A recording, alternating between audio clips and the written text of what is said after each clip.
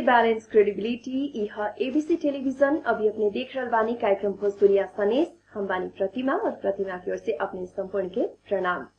जैसे कि अपने जानते बानी हर हफ्ता हमने के कार्यक्रम में एक जने खास मेहमान के बुलाएंगे और उनकर संघर्ष के बारे में, उनकर आवे वाला दिन के योजना के बारे में और उनकर करियर के बारे में आदि इत्यादि पारिवारिक क्षेत्र के बारे में भी हमने के तनिक सा बातचीत करेंगे और वहाँ के बारे में ज्यादा से ज्यादा जानकारी देवे के हमने के कोशिश रहेला। और आज के एपिसोड में भी, आज के श्रृंखला में भी हमने के साथ एक जने खास मेहमान बानी और यहाँ के बानी हम जबले ना बताए हमने के कैसे पता चली ना। ओके, आज हमने के साथ बानी एक जने महिला एडवोकेट कहल जाओ तो वहाँ के वकील बानी, वकालत कर रहल बानी अभी खास करके दहेज प्रथा के ऊपर, जो की अभी हमने के मधेश में खास करके तराई क्षेत्र में बहुत ही जड़ गाड़ने बाटे। दहेज के कारण बहुत बहु बेटी सबके जिंदा जलावल गेल बाटे, तो उ लोग के हत्या कर गेल बाटे, बहुत किस्म से प्रताड़ित भी कल जाला। और वही लेखा वहाँ के महिला अधिकार संबंधी केस भी लड़ रहल बानी और खास करके वहाँ के इंटरेस्ट बाटे, वहाँ के रुचि बाटे महिला अधिकार और दहेज प्रथा संबंधी। वैसे हर किस्म के केस लड़ते हुए भी वहाँ के खास करके प्रायोरिटी देने हमके महिला अधिकार संबंधी और दहेज प्रथा संबंधी केस के ऊपर। और आज हमने के साथ बनी रौतहट जिला गौर के रहनिहार किरण गुप्ता जी, और किरण जी के हम स्वागत करके चाहते हैं हमने के कार्यक्रम भोजपुरिया सनेस में। किरण जी नमस्कार, स्वागत है। धन्यवाद अपने के। अपने ये जे कहनी हमरा गौर के रहनिया न, हमर गौर भेल नहिरा, हमर ससुराल भेलक सप्तरी के कठौना बाजार। तो वही के लेल हम अपन परिचय के तकाती कर देली। अपना बारे में तनिक सामने के बताइए, अपने के बाल्यकाल के बारे में, स्कूल शिक्षा, कॉलेज शिक्षा के बारे में, अभी तक जौन अभी करियर शुरुआत कर चुके बानी वहाँ तक के सफर के बारे में तनिक सामने के जानकारी दी। हाँ, वैसे हम अपन शुरू से अधिक सुना दी छी कि हमर जन्म भेल है ब्रह्मपुरी गाविस, रौतहट के ब्रह्मपुरी गाविस में। ओकर बाद में हमर 2-3 क्लास तक मतलब ब्रह्मपुरी में पढ़ली। ओकर बाद में हम सब गौड़ आ गेली। 5 क्लास से हमर गौड़ से स्टडी शुरू भे गेलै। अब ओकर बाद में हम एसएलसी वहाँ करली। एसएलसी करला के बाद में भी वहाँ पर हमारा बहुत ऑब्स्टेकल सब आयल कि पढ़े के लेल। ये मतलब एकर घर में कोई न पढ़े छे या बेटी के पढ़ा रहल है, मतलब समाज में बहुत ऑब्स्टेकल सब आयल कि ना तो बेटा तो पढ़ते नहीं, अगर बेटी के मात्र पढ़ावे थी कह के। तो हमर बाबूजी, हमर घर के भैया, हमर माई सब कही ना हमर घर में हमर बेटी पढ़ी तो हम बेटी के पढ़ावे कह के। तब फिर भी लेकिन घर के समाज के सबके देखे के पड़े छी कह के। तब हमरा बाहर न भेजेला स्वीकारलन की ना बेटी है तो बाहर तो न भेजम, लेकिन हमारे घर के पछुआरा में है कॉलेज, तो हम अपन बेटी के पढ़ावे कह के। हमर घर के पास से भी मतलब जुद्ध माध्यमिक स्कूल है, वही में रहले अपने के 47 साल में लॉ कॉलेज रही। तो वही कॉलेज में हमरा एडमिशन करा दिलन। लेकिन हम कुछो पढ़ी ई न कि हमरा पढ़े के है, हमरा सिर्फ पढ़े के आगे बढ़े के है क्योंकि हमर ई रहे। तहिया तो हम एसएलसी कर ले, हम कहली हमर माई बाबूजी तब बाहर तो न भेजन, हम अपन इच्छा से तो हम कथी पढ़ू कह के। लेकिन तभी लॉ रहे कि हमर मतलब नजदीक के कॉलेज में। वो हम लॉ मतलब ज्वाइन कर ली। लॉ ज्वाइन करला के बाद में भी हम गाँव में सब कही मतलब इतना बरिस के भे गेल, अभी शादी न कर ले है, तो बुढ़िया हो जाते कह के तेन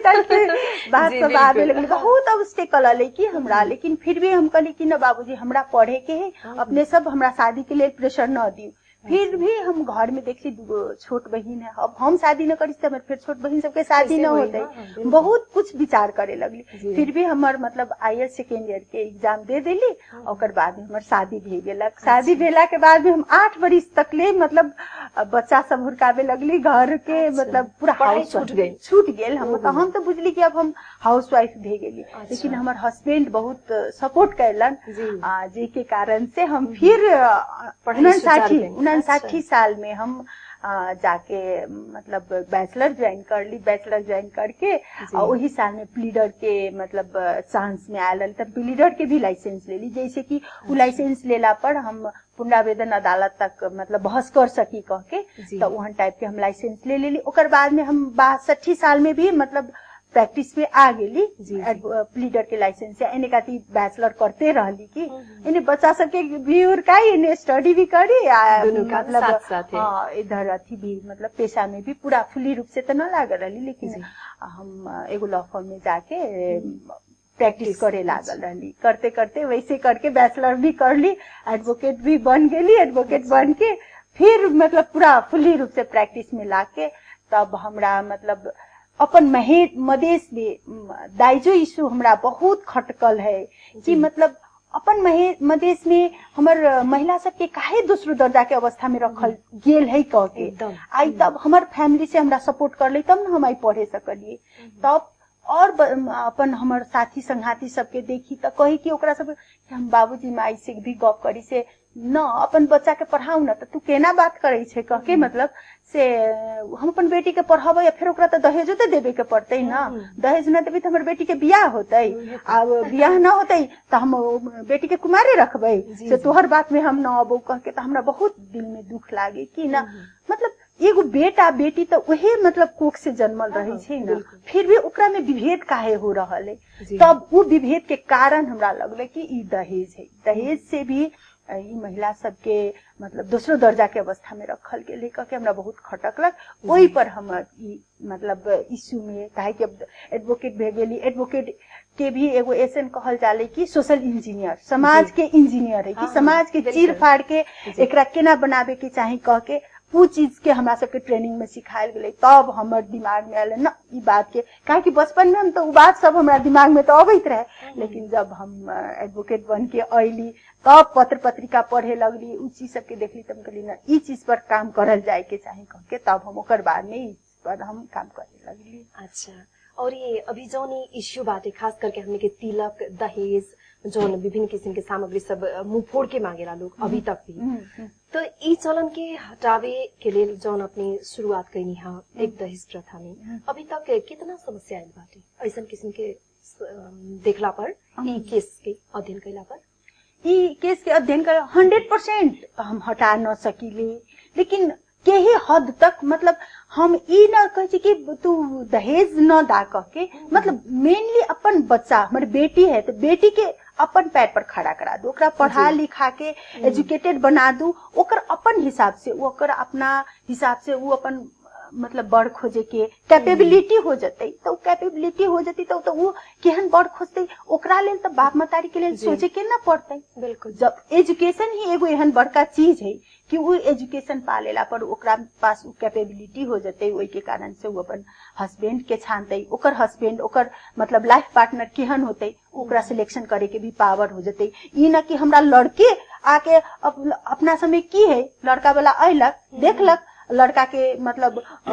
अपना में कुछो कैपेबिलिटी ना है, वो जे कहलक में हाँ में हाँ कह के वो ओकरा लेल हम पढ़ल लिखल छी त चिट्ठी लिखे आ गेलक तो ठीक है, गोर उघाड़ के देखाऊ तो मुंह उघाड़ के देखाऊ, मतलब जेहन लगे छै कि हम सब बेटी छी तो हम एगो 100 पीस छिए कि हमरा जहाँ ले जाके 100 पीस में रख देते, वो चीज तो ना है। ए के लेल वो हम एगो 100 पीस न छे, हम एगो आदमी छी, एगो हमर ह्यूमन बीइंग है, हमर ह्यूमन राइट्स है, हमर ई चीज सब न हटे के चाही। ओई के लेल वो कैपेबिलिटी जब तक वो एजुकेटेड न होते, ओकरा पास में वो ज्ञान न होते तब तक वो मतलब ई दहेज प्रथा हटावे के लेल बहुत बहुत ही जरूरी, शिक्षा बहुत जरूरी है। सही में आपन पैर पे खड़ा हो गेला पर जौन बात हमने के स्ट्रांगली कह सकेले वो बात बिना पढ़ल लिखल लोग ना बोल सकेले, न कर सकेले। ओही से एगो हक में और की लगलक जब हम एडवोकेट बन गेली तब हम तो अध्ययन करे लगली न कानून के, काहे कि दहेज तो हमरा बचपने से खटकल रहे, तो हम मतलब अध्ययन करे लगली। तो अध्ययन करला के बाद में हम दहेज इशू खोजी, कहूँ न मिले कहूँ न मिले, तब ही ना खुले। हाँ मतलब तब ना आई दहेज है, मतलब समाज में दहेज मांगे के प्रथा कहाँ से अलग, तब धार्मिक प्रथा है वो अपन ठाव में है, लेकिन कानून से भी लोग तो डराई छे कानून से ना, लेकिन कानून में कहाँ है कह के हम खोजे लगी। तब बहुत खोजला के बाद में हम ई सामाजिक व्यवहार सुधार ऐन 2033 में ई मतलब एकदम छोटी चाके एगो दफा में कोड कर दिले है कि मतलब ओकर इच्छा होते तो 10,000 तक कानून देवेला मतलब दहेज देवेला मिलते कह के, सिर्फ 10,000 तक मतलब न कि 10,000 तक वो दहेज दे सकै छै कह के, कोनो गिफ्ट आइटम दे सकै छै कह के से मतलब कोड करल रहले। आज वो 10,000 जे देवे वाला व्यवस्था है, आई उहे व्यवस्था के कारण से ही दहेज लेवे देवे वाला व्यवस्था है। हमरा मतलब अथी लग कि कानूनी प्रश्रय देले है ना कि मतलब आई 10,000 कहिया 10 लाख कहिया करोड़ में बदल देते कोनो ठेकाना नहीं, अभी भी तो उहे हो रहल है ना। आज एगो अपने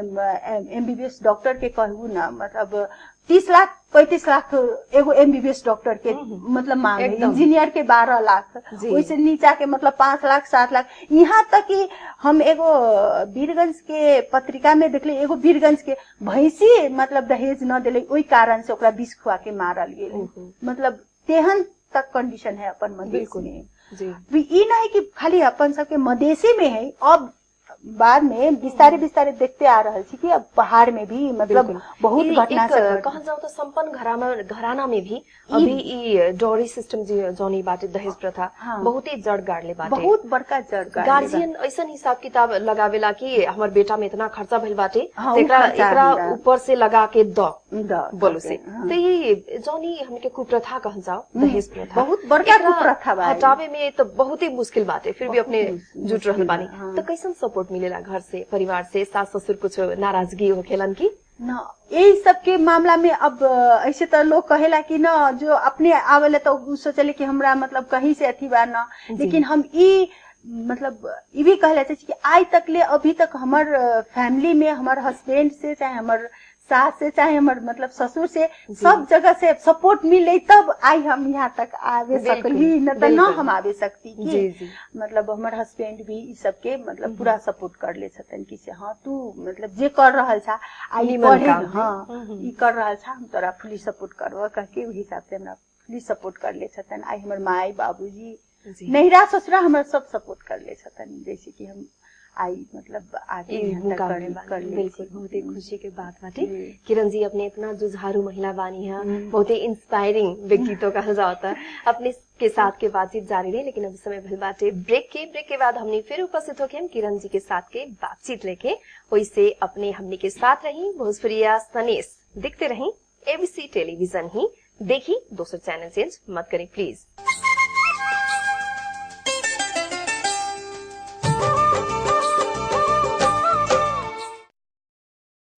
ब्रेक के बाद फिर हार्दिक स्वागत करे के चाहता नहीं। ABC टेलीविजन अभी अपने देख रहल बानी। हर इतवार के संध्या 7:30 से 8 बजे तक प्रसारण होने वाला कार्यक्रम भोजपुरिया सनेस के साथ बानी। अभी अपनी हम प्रतिमा बानी और प्रतिमा के साथ आज मेहमान बानी। आज एक हमने के श्रृंखला के मेहमान बानी किरण गुप्ता जी, जे रहनिहार बानी रौतहट जिला से, और यहाँ के अभी खास करके एडवोकेट बानी, वैसे महिला अधिकार और दहेज प्रथा के ऊपर खास करके वहाँ के रुचि बाटे, वैसे ये दोनों केस के वहाँ के अध्ययन भी कर रहल बानी और ये केस स्टडी के साथ साथ वहाँ के केस सभी लड़ रहल बानी। तो वहाँ के साथ की बातचीत के हमने फिर जारी करे के चाहता नहीं। किरण जी, अब जैसे कि अपने कहनी बहुत ही मुश्किल बाटे, अभी हमने के समाज में जो नहीं चलन बाटे दहेज प्रथा कहल जाओ तो एक उपहार के रूप में ही जौन दिया जाला, लाखों करोड़ों के जौन एक कारोबार ही कहल जाओ एक किस्म से। तो ये जौन हमने के प्रथा बाटे एकरा हटावे खातिर अपने भी लागल बानी, बहुत किस्म से हमने के खास करके महिला लोग ज्यादा जागरूक बाटे ई केस में देखला पर। तो हमने के ई जौन जड़ गाड़ले बाटे दहेज प्रथा, एकरा हटावे में अभी और कितना साल लागे जैसन बुझाला? एकरा तो कहल ना जा सकेला कि हम इतना दिन में ही मतलब हट जाए, फिर भी तनिक सा कम तो भइल बाटे अभी। पहले से बहुत कम भेल बा, काहे कि मतलब अब बात करेला लोग तो ऐसे करके हम इतना मांगम, मतलब हमार एहन अथी हवा, मतलब मांग करे के हमार अथी हवा कह के हमारा हैसियत हवा कह के। अब ओहन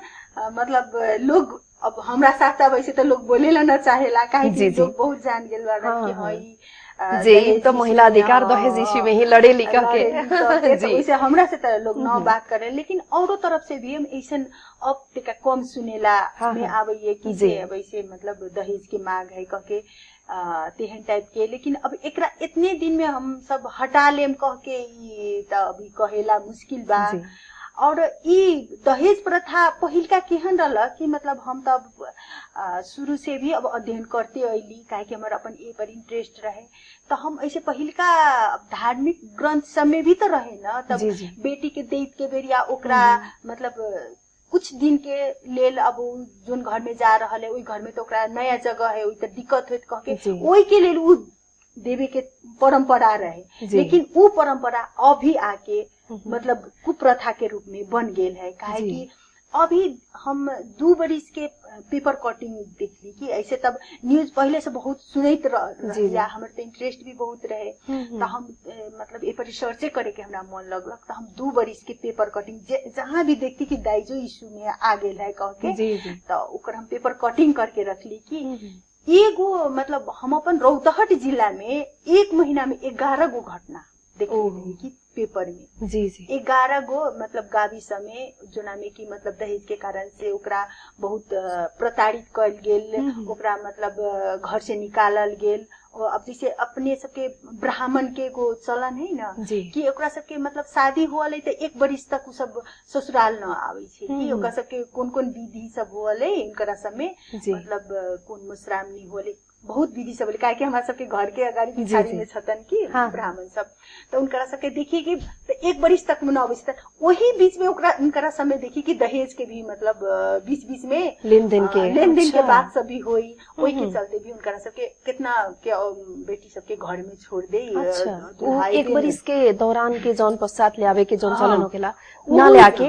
नैहरे में वैसे मतलब नैहरे में उनकरा बैठे के पड़े के अवस्था सब आ गेल रहल। तेहन सब देखी तो ई चीज कोनो मतलब शुरुआत भेल है, ई कोनो खराब से न, लेकिन उई शुरुआत के लोग एकरा मांगे के परंपरा बना के, एकरा एगो जरिया बना के, बेटी के जरिया बना के, ओकरा बेटी के मतलब अपन पुतोह के मट्टी तेल छड़क के जलावे के, जैसे कि नेपालगंज में ऐसे तो हम पूरा नेपाल के कटिंग रखले छी, लेकिन अब हम रौतहट के बेला के कारण से रौतहट के हम बहुत अथी वाच करैत रहली करते में मतलब वहन सब देखली कि 1 महीना में 11 गो घटना घटल रहे। ये पर और हमरा बहुत अथी हो गेल कि ना ए पर तो बहुत काम करल जाए के पड़ी कह के, काहे कि हमर महिला मतलब अपन मधेश की महिला सब दूसरो दर्जा के अवस्था में रहल है, यही कारण है। मतलब बहुत पता लगेला के बाद में मेन कारण हमरा लगलक दहेज, तब वही पर हम अथी करे लगली। तब ये में एगो देखली कि कानून में भी बड़का कमी है कि काहे दहेज इतना लोग मांग रहा है, निर्धक होके न डेराइत है।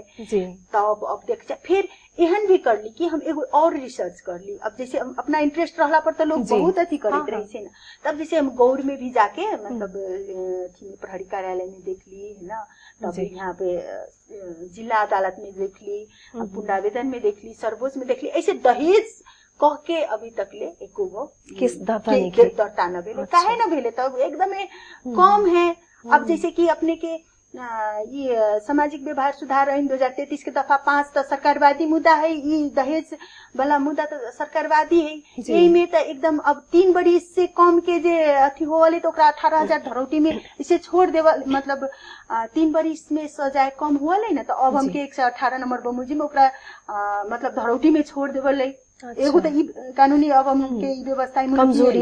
कमजोरी और वही में भी ये में एकदम कम 10,000 से लेके 15,000 तक मतलब जरिमाना एहन टाइप के से वो न भी भेला से कोनो फर्क न पड़ती है कह के तेहन टाइप के कानून भेगेला के कारण से भी एकदमे कानून में कमी कमजोरी भेगेला के कारण से भी आई दहेज इतना अगाडि बढ़ गेल है कह के हमरा लगलक। तब ई पर हम सर्वोच्च में PIL केस रखली। PIL में अभी कारण देखाओ आदेश भेगेल है, वो प्रत्युत्तर भी सब जगह से आ गेल है, जैसे कानून मंत्रालय से भी आ गेल है, प्रहरी कार्यालय से भी आ गेल है, सब जगह से प्रत्युत्तर आ गेल है। लेकिन अब पेशी के अथी में है, पेशी रहे वही दिन, लेकिन पालो न अलग सर्वोच्च में तो जनबे करे पालो बहुत कम हो गई। अब फिर दोसर का मतलब असोज 16 गते के पेशी गेल है, ओहि में अब मतलब कोशिश कर रहा है कि अभी कानून हट जाए एकरा लेल। अब एक मतलब ई दहेज हटे के लेल कानून तरफ से भी स्ट्रांगली जाए के पड़ते, जैसे कि इंडिया में है, इंडिया में तो मतलब बहुत स्ट्रांग कानून है ना, तेहने नेपाल में भी स्ट्रांग कानून होए के चाहिए कह के ओहि के लिए भी हम सब पहल कर रहा छी। इने कहते ई कानून संविधान से बाझल है तो खारिज हो जाए, ओकर बाद में कानून स्ट्रांग कानून आवे। महिला आयोग और हम सब मिल के एगो कानून के ड्राफ्ट भी कर ले छी, जेमे के ओहि दिन में छलफल भी भेल रहे, हम सब बहुत मीटिंग रख के बहुत छलफल कर ले छे में बहुत बढ़िया बढ़िया बात सब हम जे ड्राफ्ट कर ले ओइ में भी और छलफल करके बहुत बड़का बड़का विशेषज्ञ सबके भी और आदमी सबके बुलेले रहली में छलफल भेल है बहुत बढ़िया बात आयल है। अब ड्राफ्ट अपने सबके फर्स्ट फेज के तैयारी भी गेल है और अब आगाड़ी और तैयारी हो रहा है। अच्छा जोनी अभी अपने कहनी है कि पीआईएल पब्लिक इंटरेस्ट लिटिगेशन। अच्छा ई जब अपने सर्वोच्च में ई केस दर्ता करेनी है तो उ बेरा कोनो किसिम के दबाव सब आइल की मतलब ई फिरता ल अथवा काहे दर्ता करैल है कहके कोनो किसिम के? अब ऐसे तो कहीं से भी न आयल काहे कि अब हमनी सबके तो ये हमारे सबके राइट है कि पब्लिक इंटरेस्ट लिटिगेशन कहके ये मतलब एगो हमर अधिकार मात्र हनन होइत है कहके ओई के लेल ये अधिकार क्षेत्र न है। एई में मतलब पूरा समाज पूरा देश महिला के सहभागिता मूलक एक प्रतिनिधि के रूप में पीआईएल मतलब केकरो पर्सनल इंटरेस्ट से न जाए कि पब्लिक इंटरेस्ट से जाए के पड़े थे ओई के कारण से यही में आके अभी हमरा से दबाव अब आवे के लिए तब ऐसे अभी से लेकिन एहन टाइप के तुम काहे कर ले कहके अभी तक हमरा ऐसे दबाव तो न लग लेकिन वो अबो करे छे त हम उ चीज सबके वास्ता न करे छी काहे कि हम एगो समाज के कुप्रथा से लड़ रहल छी बिल्कुल तो ओई के चलते हमरा केकरो से डर न लगे छे कि हां अथी होते कह के ऐसे हम कोनो समाज के गलत तरफ न ले जा रहल छी। समाज में एक बढ़िया असर पड़े हमर मधेश के महिला दीदी बहिनी सब एकदम स्ट्रांग होके जाए के पड़ते कहियो पछाड़ी न पड़ो अपन से हम अपन पैर पर खड़ा हो केकरो भर पर न रहो। हमरा पास क्वालिटी रहते हमरा पास में सीप रहते तो हम केकरो मुंह न देखे पड़ते कि हमरा उ कमा के देती तब हम बिल्कुल एकदम हमरा सही पास बात अपना ज्ञान रहते हम अपने से कर सके छी तेहन बनावे के लेल हमर फर्स्ट पहल उ है। लेकिन अब जेहन चाह रहल छी तेहन में अभी कोशिश कर रहल छी अभी हम उतना सक्सेस विस्तारे हो रहल छिए लेकिन अभी फुल्ली रूप से सक्सेस ना बिल्कुल काहे से कि ई इश्यू ई मुद्दा ही इतना सीरियस बाटे कहल जाओ तो हमने के जोनी सदियों से कालांतर से चलते आई प्रथा एक उपहार के रूप में ही जौन अभी एक लेन देन के हिसाब से असमझदारी भेला बाद विभिन्न किसिम के दुर्घटना सब हत्या प्रकरण जैसन से लेके बहुत किसिम के प्रताड़ना से लेके विभिन्न किसिम के केस सब सामने आ रहल बाटे तो एकरा जड़ से उखाड़े में तो बहुत ही मुश्किल काम है। ये तो बिल्कुल फिर भी हमने के अग्रसर बानी सन अपने जुटल बानी अपने के कार्य सफलता के शुभकामना देवे के चाहता नहीं। और ये जैसे कि अपने कहनी है अभी हमने के मधेश के मुद्दा के दिखल जाओ तो अभी के हमने के बहुत तेज गति से विकास के पथ पे अग्रसर बानी सन फिर भी हमने के खास करके मधेसी मुल्क के महिला सब पिछड़ल बानी सन तो हमने के जोनी अधिकार बाटे कितना के तो जानकारी नहीं खे तो इस सब के कारण काथे जैसन बुझाला अशिक्षे है कि और विभिन्न किसिम के कारण बाटे। फर्स्ट ऑफ ऑल तो एगो अशिक्षा है जी दोसर के समाज के हमार सबके स्ट्रक्चर भी वही बाकी जी जैसे कि अपन सब में महिला घूंघट में रहो केकरो मुंह न देखाओ मतलब वो मुंह देखा देले तो हमारी इज्जत चल गेले मतलब तेहन घर के भीतरे रहो किसी के पाबंदी रहेला। हम वही समाज से आए छी जी मतलब हम अपने घर की बात आई अब हमारे घर में तो सब फ्रेंड भेलथुन हमरा सब सपोर्ट करथुन लेकिन हम अपने घर के अगल बगल के लोग के देखी एक बेर हम एगो संविधान सभा से रिलेटेड एगो कार्यक्रम लेके गेल रही हम अपन गांव में तो हम कहली कि से न चलू सब आदमी महिला सबके बेसी सहभागिता करा के ई काम करेला चाहे छी तो ओई में मतलब एगो बुहारी के मतलब एगो पुतोह रहलन उनकरा न हमर सास तो हमरा न जाय देता न हमरा हम न आएम दीदी हम न आएम कह के तब हम उनकरा सास के बहुत कन्विंस करैली उनकर घर वाला के कन्विंस करैली की होते वो जथुन वो जनतु ने कि उनकरो तर अधिकार है वो जब नेपाल में छथुन उनकरा भी एगो नागरिक सर उनकर नागरिकता आई तो आहा जेहन काम कर सकै छथुन आई देखू तो हमहू तो यही गांव के बेटी हम कैसे चले बहुत समझैली लेकिन हमर बात मानलन वो आइलन ओइ दिन हमरा बहुत खुशी लगला कि जे दुनु लोग आइल सास पुतोह दुनु आइलन तो हमरा ओइ दिन बहुत खुशी लगला कि जे होस मतलब हम अपन गांव के लोग के तो कन्विंस थे इतना तो करावे सकली न कि हम लिया के कार्यक्रम में सहभागी बनेली आइलन बाद में तो हमरा तो इतना गला मिल के इतना हमरा से खुशी होए लगला जी बिल्कुल आई वही के चलते हम आइली है ना तो हमरा न आवे निमन काम के शुरुआत है। हां तो ओइ से हमरा बहुत खुशी लगलक वही से रिलेटेड औरो हमरा कहाँ खुशी लागल है कि कोई भी महिला अबै छतन न रोइते अबै छतन कि मतलब जैसे डोमेस्टिक वायलेंस के केस भी हम बहुत देखी छी। तो डोमेस्टिक वायलेंस में हुएलन हमर घर वाला इतना देह में इतना दाग बना बना के पिटाई से देह में से ओले दिदी मसँग बस्दिन मलाई चाहिँ गराइदिनु आके हमरा से मतलब अब जब ओकरा घर वाला से प्रॉपर्टी दिलवा के ओकरा से डिवोर्स करा के उजाले जखुन खुशी हो के आवले हमरा से इतना अति करले से दिदी आज तपाईको कारण मैले त्यो मान्छेसँग पाएँ र म आज यति आफ्नो खुट्टामा पनि उभिन सके। तखुन्ती हमरा बहुत खुशी लागल कि जे होस् हम जे निर्णय कैली पढ़े के आई हम एडवोकेट बन लिए हम बनिया कैली कह के हमरा तखुन्ती लगैया। बिल्कुल वही से अब ऐसे भी मतलब ई सब से हम संतुष्टि लगे कि हम जे कर ली निर्णय कर ली से हम बढ़िया कर ली। सही निर्णय भइल रहे बिल्कुल। और ऐसे भी हमने के मधेसी महिला सबके सहभागिता बहुत ही न्यून बाटे, खास करके हमने के वकालत के प्रैक्टिस के फील्ड में अपने जुट रहल बानी लागल बानी इस क्षेत्र में। आवे वाला दिन में और ही ज्यादा सफलता मिलो अपने के नेक काम में। हमने की ओर से ढेर सारा शुभकामना। और ये अंत में ऐसे तो बहुत सारा सवाल सब बाकी रह गए, समय समाप्ति की ओर बढ़ चुकल बाटे। वैसे अब हमरा से बहुत कुछ तो छूट गए पूछे में, फिर भी अपने के कहे के मन लागल बात अपने दिल खोल के कह सकता है। हमरा कहे की मन तो ये है कि मतलब अपन हमर मधेश के महिला सब ऐसे हम ओनली मधेश के न कही छी जी। अब हमर अभी के भाषा जे बुझे छतन उनकरा सबके लेल हम कहेला चाह रहल छी कि अपन बेटी के अपन बहिन के या अपन घरवाली के अंडर एस्टिमेट न करू। मतलब ओकर पास में भी पावर है, उ भी सब कुछ कर सकै छै, ओकरा पास में भी नॉलेज रहते तो उ सब कुछ कर सकै छै। ओकरा कैपेबल बना, उ मतलब अपना पैर पर खड़ा कराओ, ये हम अनुरोध करते हुए हम ये कार्यक्रम से भी अब अपने से भी विदा लेवेला चाह रहल छी। और ये कार्यक्रम से भी सब आदमी के हम अपन हार्दिक नमस्कार करते हुए हम विदा लेवेला चाह जी। धन्यवाद अपने के व्यस्त समय के बावजूद हमने खातिर समय निकालनी है, वो खातिर धन्यवाद।